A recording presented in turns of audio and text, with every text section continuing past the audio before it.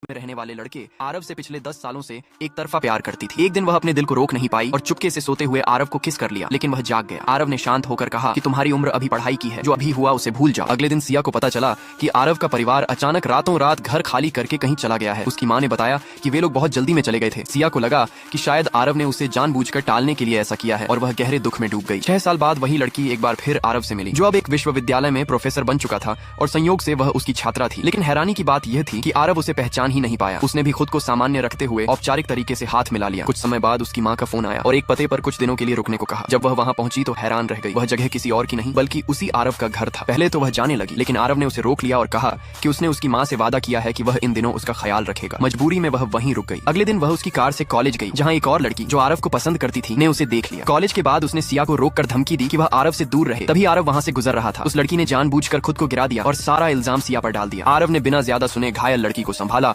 और चला गया। यह देखकर सिया ने तय कर लिया कि वह अब उससे अपनी भावनाएं दूर कर लेगी। लेकिन शाम को जब वह जाने की बात करने आई तो आरव उसके लिए उसकी पसंदीदा चावल की मिठाई लेकर आया। उसे देखते ही सिया को बचपन की एक याद आ गई, जब उसकी माँ ने उसे सजा देकर खड़ा किया था और आरव चुपके से दीवार फांदकर उसके लिए वही मिठाई लाया था। तभी उसे एहसास हुआ कि आरव ने उसे कभी भुलाया ही नहीं था। वह भावुक होकर मिठाई खाने लगी, लेकिन दिन की घटनाएं याद आते ही उसकी आंखों में आंसू आ गए। आरव ने उसके आंसू पोंछे और कहा कि उसे पता है उसके साथ गलत हुआ है और उसने उस घटना के लिए माफी मांगी। वह चाहता था कि वह अब दुखी न रहे। आखिरकार सिया ने हिम्मत करके पूछा कि 6 साल पहले वह अचानक क्यों चला गया था। तभी आरव को एक फोन कॉल आ गया। जब उसे पता चला कि कॉल उस लड़की के पिता का था तो उसे गलतफहमी हो गई कि शायद